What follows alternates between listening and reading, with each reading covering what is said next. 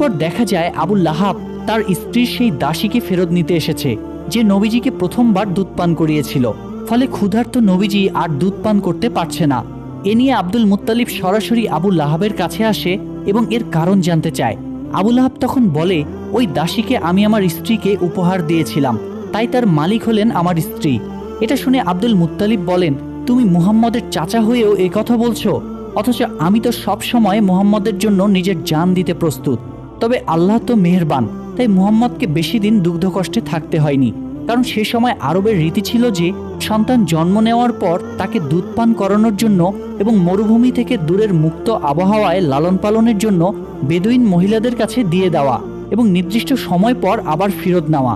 এর আরেকটি কারণ ছিল বাচ্চাদের বিশুদ্ধ আরবি শেখানো। আর সবকিছুর জন্যই সেই বেদুইন মহিলাদের ভালো অঙ্কের অর্থ দেয়া হতো।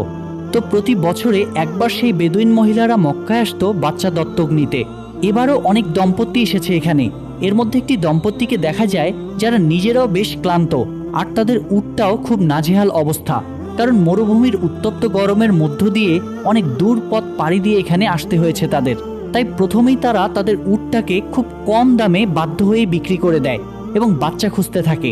তারা আসতে দেরি করায় ততক্ষণে প্রায় সব বাচ্চাই দত্তক নিয়ে ফেলেছে অন্যরা। এটা দেখে তাদের মন কিছুটা খারাপ হয়ে যায়। এদিকে কসাই যখন তাদের উটটাকে জবাই করতে যাবে, ঠিক তখনই উটটি উঠে দৌড় দেয় এবং নবীজির বাড়িতে প্রবেশ করে। এটা দেখে ওই লোকটির স্ত্রীও উটের পিছনে পিছনে সেখানে প্রবেশ করে। তখন নবীজির মা আমেনা মহিলাটিকে খুব ক্লান্ত এবং ক্ষুধার্ত দেখে খাওয়ানোর জন্য তাকে ঘরে নিয়ে যায়, আর তার পিঠের বাচ্চাটিকে দোলনায় শুয়ে দিতে বলেন। মহিলাটি যখন তার বাচ্চাকে দোলনায় রাখতে যান, তখন তিনি শিশু মুহাম্মদকে দেখতে পান, যার শরীর থেকে নূরের আলো চমকাচ্ছিল। সেই মহিলা তখন নবীজিকে কোলে তুলে নেন এবং তাকে ক্ষুধার্ত দেখে নিজের দুধ পান করান। আর এই মহিলাই হলেন নবীজির দুধ মা হালিমা।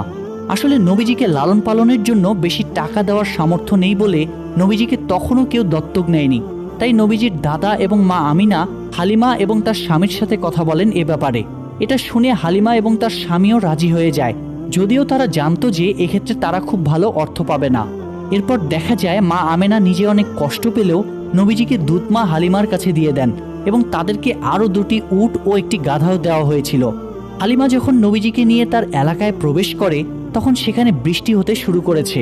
অথচ আগে এখানে খুব একটা বৃষ্টি হতো না।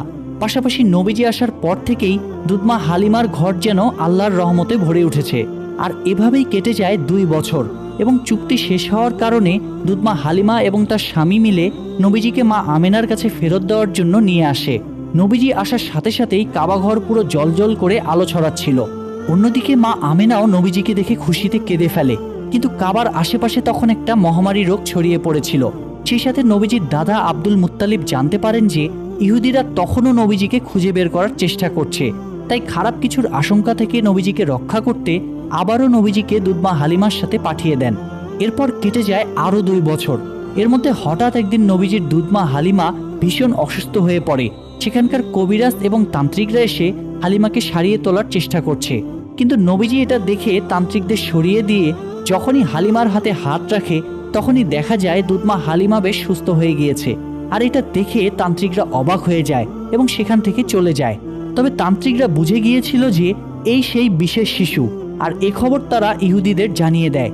ফলে নবীজিকে নেওয়ার জন্য শত্রুরা বিভিন্নভাবে হালিমার বাড়িতে আক্রমণ করে।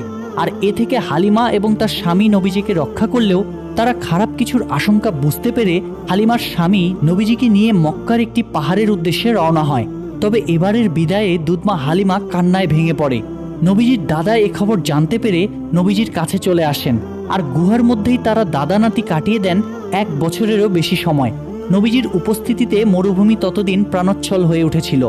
এরপর একদিন মা আমিনা সেই গুহা থেকে নবীজিকে নিয়ে মদিনাতে আসেন তার আত্মীয় স্বজনের সাথে দেখা করতে এবং তার স্বামী মানে নবীজির বাবা আব্দুল্লাহর কবর দেখতে। মূলত